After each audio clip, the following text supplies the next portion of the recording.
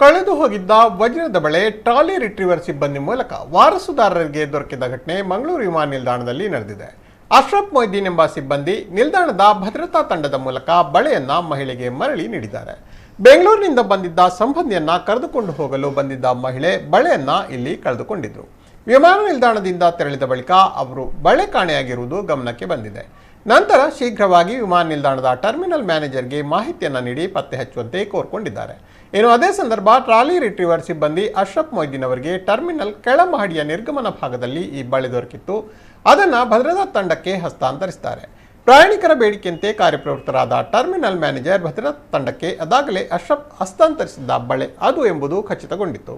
ಅಶ್ರಫ್ ಅವರು ಪ್ರಯಾಣಿಕರಿಗೆ ಸೇರಿದ ಬೆಲೆ ಬಾಳುವ ವಸ್ತುಗಳನ್ನು ಸಂಬಂಧಪಟ್ಟ ಅಧಿಕಾರಿಗಳಿಗೆ ಹಸ್ತಾಂತರಿಸಿದ ಎರಡನೇ ಉದಾಹರಣೆ ಇದಾಗಿದ್ದು ಅವರ ಪ್ರಾಮಾಣಿಕತೆಗೆ ಮೆಚ್ಚುಗೆ ವ್ಯಕ್ತವಾಗಿದೆ.